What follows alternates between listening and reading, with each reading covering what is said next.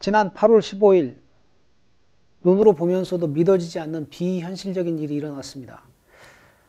광화문에 모인 사랑제일교회 성도들과 전국 각지에서 올라온 만여 명의 목회자, 신도들의 집회로 지난 수개월 동안 겨우겨우 막아왔던 우리나라 코로나 방역 체계가 뿌리부터 흔들리는 사태가 발생했습니다.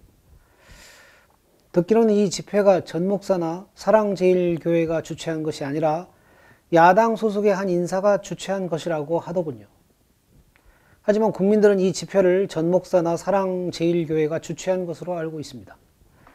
이는 그만큼 참석자 수의 비율이나 영향력, 주도성, 대표성이 전 목사와 사랑제일교회에 있기 때문일 것입니다.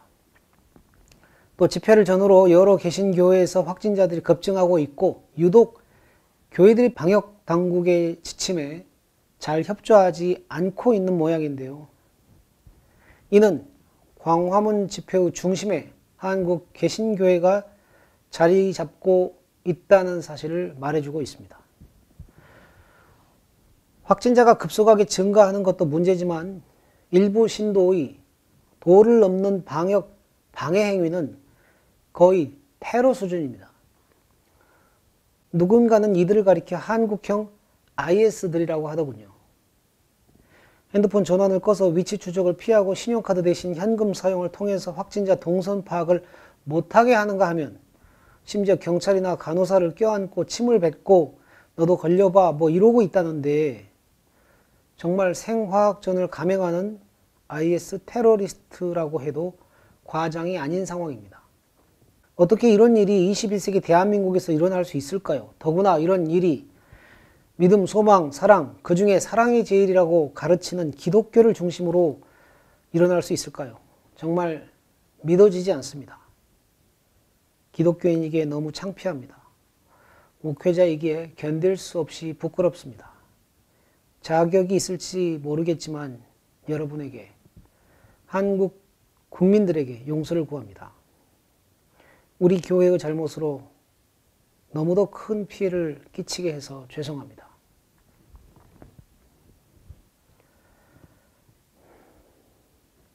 지난 140여 년간 개신교회는 대한민국 역사에서 나름 중요한 역할을 감당해 왔다고 생각합니다. 때로는 낡은 사상을 대체할 새로운 세계관과 사상으로, 때로는 항일운동의 선봉으로, 때로는 교육과 선진 문명의 소개자로, 때로는 구호와 원조를 주도하는 주도자로 나름 역할을 감당해 왔습니다. 하지만 이제 개신교회는 지난 광화문 집회와 함께 사실상 대한민국 국민들에게 탄핵당한 것이나 다름없게 되었습니다. 한국교회는 죽었습니다.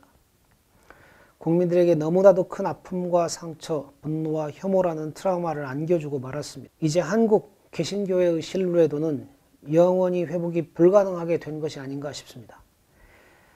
한국교회 죽음보다 더욱 안타까운 것은 하나님의 이름이 조롱을 당하고 예수 그리스도께서 능욕을 당하고 계시다는 것입니다. 일부에서는 극단적인 극우 세력과 다수의 건전한 기독교인들을 구분해야 한다, 이런 주장이 나오기도 합니다. 부분적으로 이 주장은 타당합니다. 하지만 이 사태를 주동한 세력과 소위 정통 개신교회 사이에서 선긋기가 가능할까요? 저는 실패할 가능성이 크다고 봅니다. 이것이 문제입니다. 사태 후 주동 세력과 나머지 개신교회는 분리하기 어려울 정도로 뒤섞여 있습니다. 지난 8.15 광화문 집회는 이미 오래전부터 한국의 개신교회 안에 자리 잡고 있었던 여러 모순들이 극단적인 형태로 표출된 것뿐이라는 것이 저의 생각입니다. 따라서 전체 한국교회는 많든 적든 간에, 직접적으로든 간접적으로든 간에 이 사태에 연루되어 있습니다. 우리는 다 같은 공범입니다. 그래서 우리는 누군가를 향해 손가락질하기 앞서 먼저 회개하지 않으면 안 되는 것입니다. 분명한 것은 8.15 광화문 집회는 하나님께서 뜻하시는 것과 완전히 다르다는 사실입니다. 오늘 본문 말씀에서 하나님께서 기원전 7세기경의 예루살렘 지도자들과 주민들에게 이렇게 말씀하고 계십니다. 그들은 매사를 거꾸로 뒤집어 생각한다. 그리고 이것이 지난 광화문 집회의 모습이라고 생각합니다. 자크 엘룰은 뒤틀려진 기독교라는 책에서 지난 2000년 동안 기독교는 예수 그리스도께서 가르치셨던 것과 정확히 정반대의 모습으로 왜곡되어 왔다고 말했습니다. 광화문 집회가 일어나기 훨씬 전부터 기독교는 왜곡되고 타락해 오고 있었다, 그 말입니다. 나는 예수를 사랑한다, 그러나 기독교인은 싫어한다고 했던 마하트마 간디의 말은 바로 그러한 기독교의 왜곡을 정확하게 지적하고 있습니다. 한국교회뿐만 아니라 세계의 기독교는 예수 그리스도께서 말씀하셨던 그 본래의 모습과 정반대되는 모습을 가지고 있습니다. 그리고 그 극단적인 형태가 바로 며칠 전 그 괴이한 집회인 것입니다. 기독교의 타락의 전 과정을 이 시간 전부 추적할 수는 없을 것입니다. 하지만 지난 8.15 집회가 하나님의 뜻에 반대되는 집회인지는 지적할 수 있을 것 같습니다. 무엇이 문제일까요? 첫째로 지난 광화문 집회는 국가 권세에 순복하라고 하신 말씀을 어겼습니다. 우리는 신약 성경 여러 곳에서 사도들이 위에 있는 국가 권위에 순복하라고 가르침을 준 것을 볼 수 있습니다.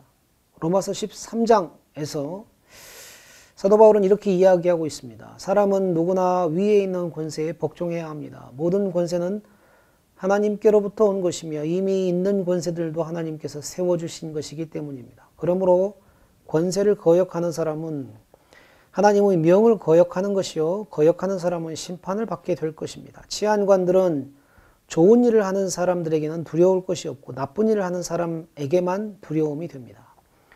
권세를 가진 사람을 두려워하지 않으려거든 좋은 일을 하십시오. 그러면 그에게서 칭찬을 받을 것입니다. 통치자는 여러분 각자에게 요익을 주려고 일하는 하나님의 일꾼입니다. 그러나 여러분 각자가 나쁜 일을 저지를 때에는 두려워해야 합니다.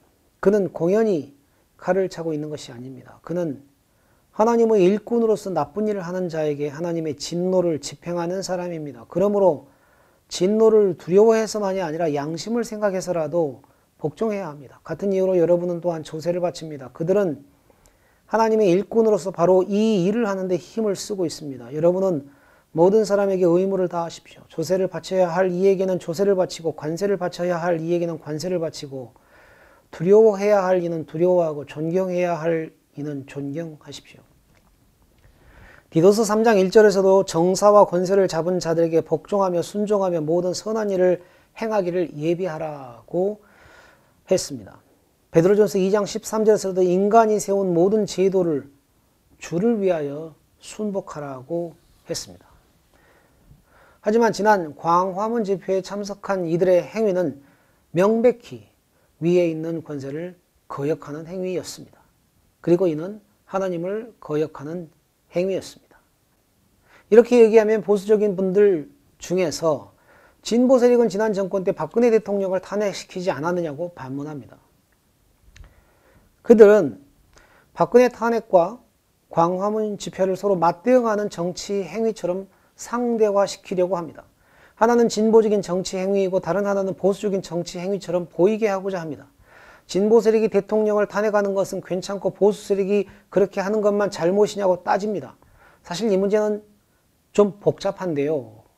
성경의 가르침을 최대한 간단히 살펴보도록 합시다. 이 문제를 살펴보기 위해서 먼저 기독교인에게 두 개의 시민권이 있다는 사실을 생각해 볼 필요가 있습니다. 기독교인은 하나님 나라의 시민권과 대한민국의 시민권을 동시에 가지고 있습니다. 하나님 나라의 시민으로서 우리 그리스도인은 하나님의 통치를 받고 살아야 합니다. 동시에 대한민국의 시민으로서 우리는 대한민국이라는 국가의 권위와 통치를 받고 살아야 합니다. 이 두 시민권을 동시에 가지고 있기 때문에 초대교회 때부터 지금까지 그리스도인들은 두 개의 정체성 사이에서 혼란과 갈등, 긴장을 겪은 것이 사실입니다. 원칙은 이것입니다. 우리는 특별한 경우가 아니면 두 가지 시민권자의 합당한 삶을 살아야 한다는 것입니다. 그래서 하나님 나라의 시민으로서 우리는 하나님의 명령과 통치에 순종해야 합니다. 동시에 대한민국의 시민의 한 사람으로서 우리는 대한민국 국가와 정부의 통치를 따라야 합니다. 예를 들어서 사도 바울은 이방인의 사도로 살았습니다. 이는 하나님 나라의 시민으로 산 것이죠. 그런데 언젠가 황제 앞에서 재판을 받을 수 있는 권리를 활용했던 적이 있지요. 이때 사도 바울은 로마 시민권자로서 권리를 행사했던 것입니다. 사도 바울도 하나님 나라의 시민과 로마 시민이라는 이중적 정체성을 동시에 살아냈던 것입니다. 이 점을 염두에 두고 박근혜 대통령 탄핵 집회에 참석했던 기독교인의 얘기를 해봅시다. 저 역시 박근혜 전 대통령 탄핵 집회에 참석했었더랬습니다. 그런데 그때 저는 기독교인으로서가 아니라 대한민국 시민의 한 사람으로서 저의 정치적 의사 표현을 했던 것입니다. 그리고 그때 저는 대한민국의 법과 제도가 허용하는 선 안에서 그렇게 했습니다. 만일 어떤 기독교인이 문재인 대통령 탄핵 집회를 하고 싶으면 그렇게 하십시오. 대신 그는 대한민국 시민으로서 그렇게 할 자유와 권리가 있는 것입니다. 그리고 만일 그렇게 할 경우 그는 다른 대한민국 시민들과 똑같이 대한민국의 법과 제도의 틀 안에서 합법적으로 자신의 정치적 의사표현을 하면 되는 것입니다. 이럴 경우 십자가를 들거나 교회의 이름을 내세우거나 더더욱이 그리스도의 이름을 참칭해서는 안 됩니다. 그는 단지 대한민국 시민의 한 사람으로서 그런 행위를 하면 됩니다. 그런데 지난 광화문 집회에서 참석자들은 이 원칙을 어겼습니다. 그들은 자신들의 정치적 의사를 표현하면서 기독교 신앙을 빙자했습니다. 집회인지 예배인지 알 수 없는 그들의 집회를 통해 하나님 나라의 시민권과 대한민국의 시민권을 뒤섞어 버렸습니다. 신앙과 정치가 혼동되었고 국가와 교회가 뒤섞어져 버렸습니다. 거룩한 것과 세속적인 것이 뒤죽박죽되었고 하나님 나라와 세상 나라가 짬뽕이 되었습니다. 동시에 그들은 대한민국의 법과 제도를 어겼습니다. 방역 수칙을 어겼고 공권력에 맞섰습니다. 그럼으로써 그들은 스스로 불법 세력이 되었습니다. 동시에 그들은 하나님께도 불법한 자가 되었습니다.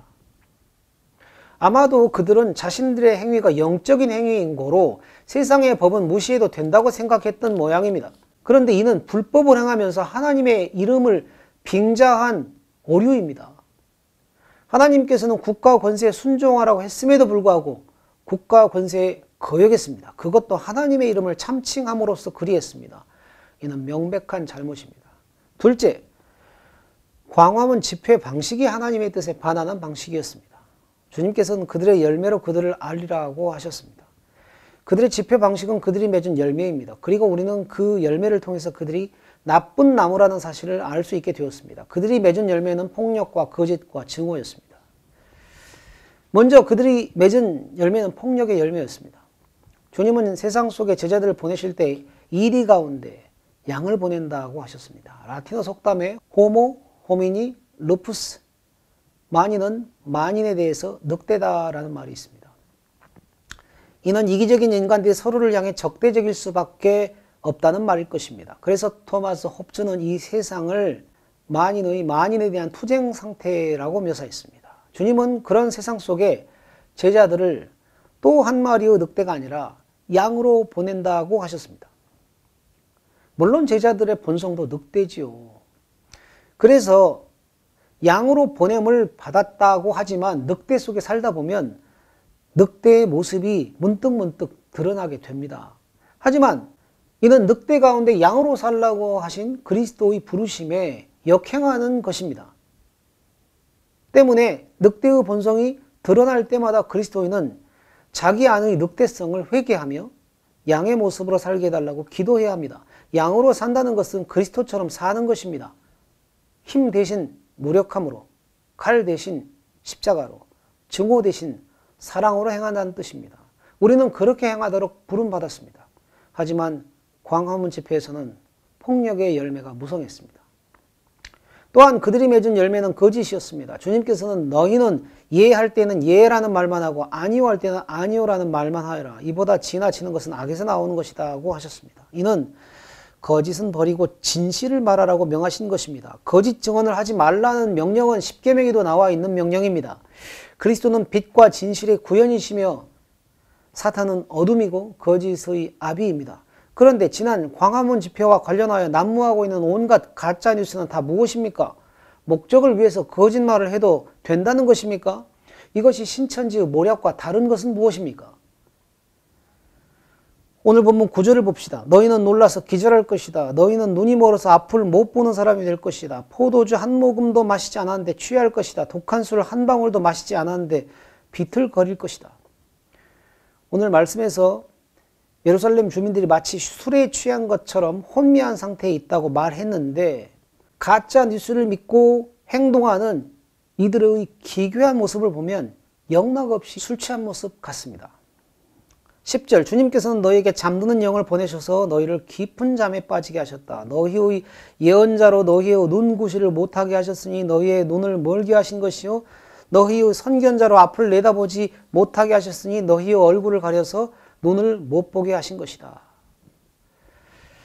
선지자와 선견자를 보내지 않으시고 그래서 참된 지도자를 따르지 않으니 그들은 바른 길로 인도함을 받지 못하는 것입니다. 11절 이 모든 묵시가 너희에게는 마치 밀봉된 두루마리의 글처럼 될 것이다. 너희가 그 두루마리를 유식한 사람에게 가지고 가서 이것을 좀 읽어주시오 하고 내주면 그는 두루마리가 밀봉되어 있어서 못 읽겠소 라고 말할 것이다.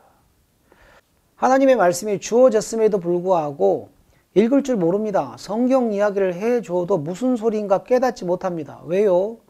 거짓을 믿고 진실을 믿지 않기 때문입니다. 거짓이라는 열매는 하나님께서 맺으시는 열매가 아닙니다. 세 번째로 그들이 맺은 열매는 증오였습니다. 그리스도는 내 이웃을 내 몸과 같이 사랑하라고 하셨고 심지어 원수까지 사랑하라고 하셨습니다. 그런데 광화문 집회 현장에서 목도하는 그 증오와 혐오의 막말들은 다 무엇입니까? 설령 지금의 문재인 대통령이 마음에 들지 않을 수 있죠. 정부가 원수처럼 느껴질 수도 있을 것입니다.